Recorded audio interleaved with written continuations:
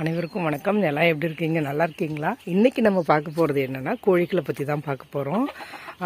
நம்ம ஒரு business start பண்ணணும் அப்படின்னு ஒரு ஐடியா இருந்ததுன்னா கண்டிப்பாக கோழி தொழில் செலக்ட் பண்ணலாம். ஆனால் நீங்கள் கோழிகளோட எவ்வளோ டைம் ஸ்பெண்ட் பண்ணுவீங்க அப்படிங்கிறதையும் நம்ம கவனிச்சு ஆகணும்.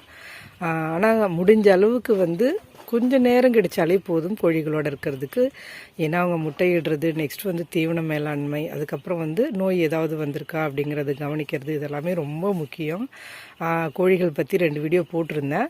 அதுக்கு சூப்பராக ரெஸ்பான்ஸ் பண்ணியிருந்தீங்க. ஏன்னா நிறைய சிஸ்டர்ஸ் கேட்குறீங்க. இப்போ கொஞ்ச நாளாகவே வான்கோழியை பற்றி கேட்குறீங்க, நெக்ஸ்ட் நாட்டுக்கோழிகளை பற்றி கேட்குறீங்க. நான் ரிப்ளையில் பதில் கொடுத்துருக்கேன். இருந்தாலுமே கொஞ்சம் தெளிவாக இருக்கும் அப்படின்னா வீடியோவாக கொடுக்கும்பொழுது இன்னும் தெளிவான புரிதல் இருக்கும்.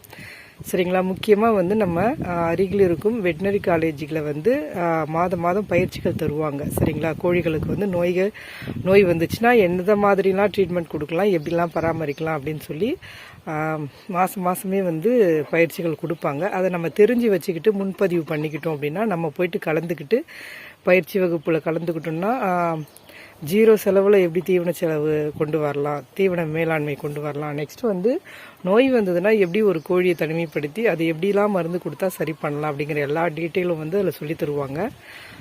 நம்ம அதை தெரிஞ்சுக்கிட்டோம் அப்படின்னா இன்னுமே பெட்டராக கொண்டு போகலாம் கோழி வளர்ப்பு. சரிங்களா? இன்றைக்கி நம்ம அதை தான் பார்க்க போகிறோம்.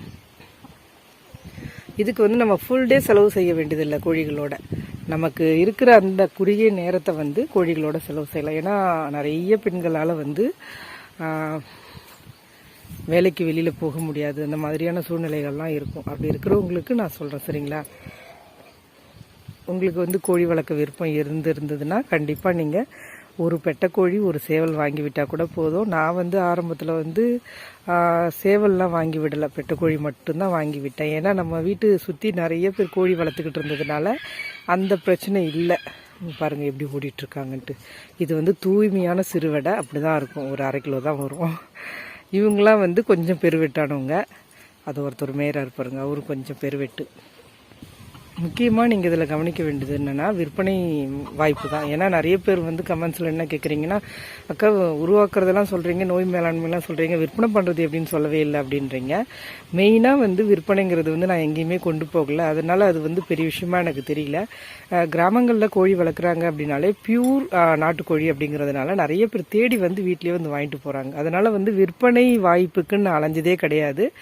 அதனால் அது எனக்கு ஒரு பெரிய விஷயமா தெரியல. ஆனால் நிறைய பேர் வணிக ரீதியாக பெரிய லெவலில் பண்ணுறீங்க அப்படின்னா கண்டிப்பாக விற்பனை வாய்ப்புகள் உறுதி செஞ்சுக்கிறது ரொம்ப நல்லது. அது எப்படின்னா நம்ம அக்கம் பக்கத்து சிட்டிஸில் எந்த மாதிரியான கோழிகளை விரும்பி வாங்குறாங்க அப்படிங்கிறத நம்ம தெரிஞ்சுக்கணும். அது ரொம்ப முக்கியம். எந்த மாதிரி கோழிகளை விரும்புகிறாங்க அப்படிங்கிறத நம்ம தெரிஞ்சுக்கிட்டோம் அப்படின்னா நம்ம அதிகமாக உற்பத்தி பண்ணிட்டா கூட விற்பனைக்கு நம்ம அலைய வேண்டியது இருக்காது. அது நீங்கள் முக்கியமாக தெரிஞ்சுக்குங்க.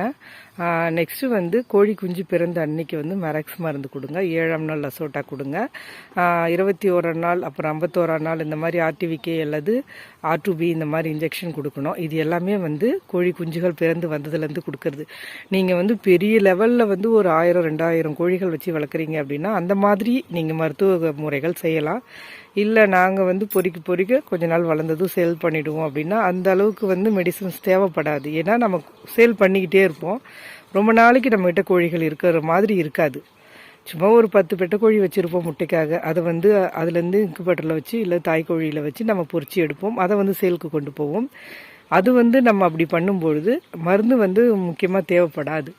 அதுவே நம்ம வணிக ரீதியாக பெரிய லெவலில் பண்ண போகிறோம் அப்படின்னா கண்டிப்பாக மருத்துவ முறைகளை நம்ம கண்டிப்பாக கையாண்டு தான் ஆகணும். நெக்ஸ்ட்டு நம்ம தாய்க்கோழிகளே வருஷக்கணக்கில் வச்சுருக்க போகிறோம் அப்படிங்கன்னா அப்பயுமே மருத்துவ முறைகள் நமக்கு தேவைப்படும். இல்லை எனக்கு இங்கிலீஷ் மெடிசன்ஸ்லாம் வேணாம் அப்படின்னு நினச்சிங்கன்னா நாட்டு மருந்துகளை நம்ம கையில் எடுக்கலாம். தீவனத்தில் கலந்து கொடுத்துட்டு வந்தாலே போதும். சூப்பராக இருக்கும்.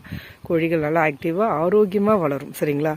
இதில் சில குறிப்புகளை நான் உங்களோட ஷேர் பண்ணியிருக்கேன். இன்னுமே கோழிகள் பற்றிய சந்தேகங்கள் உங்களுக்கு இருக்குது அப்படின்னா கண்டிப்பாக கமெண்ட் செக்ஷனில் சொல்லுங்கள். அடுத்த பதிவில் நான் உங்களோட ஷேர் பண்ணுறேன். இந்த வீடியோ பிடிச்சிருந்தா கண்டிப்பாக ஒரு லைக் கொடுங்க. அப்போ தான் உங்களுக்கு இந்த வீடியோ பிடிச்சிருக்கு, இது பற்றின குறிப்புகள் மேலும் உங்களுக்கு கொடுக்கலாம் அப்படின்னு சொல்லி நான் திரும்ப வீடியோ போடுவேன். சரிங்களா? வீடியோ பிடிச்சா லைக் பண்ணுங்கள். தேங்க்யூ.